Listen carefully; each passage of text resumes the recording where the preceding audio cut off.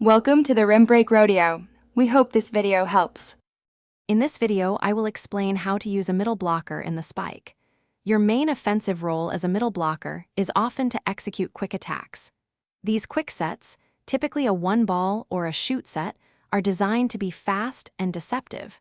You need to be ready to attack immediately after the setter touches the ball, aiming to hit before the opposing blockers can fully set up.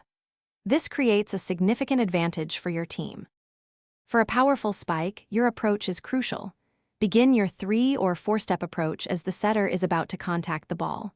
Your first step should be small and quick, followed by 2 explosive, long steps, and then a final quick plant.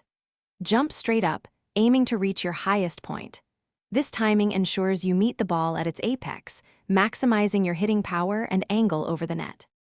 When contacting the ball, aim for the top 1/3 with an open, firm hand.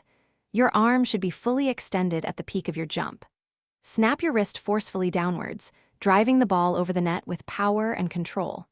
Imagine hitting through the ball, not just at it.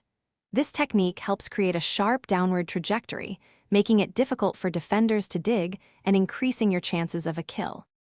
Finally, strategic placement is key. Before your approach, quickly scan the court to identify any open areas or weaknesses in the opposing block. You might aim for the seam between 2 blockers or a deep corner. Consistent practice with your setter is vital to perfect your timing and connection. Work on various quick sets and hitting angles to become a versatile and unpredictable attacker, keeping the defense constantly guessing. Thanks for watching. Consider subscribing if we helped you.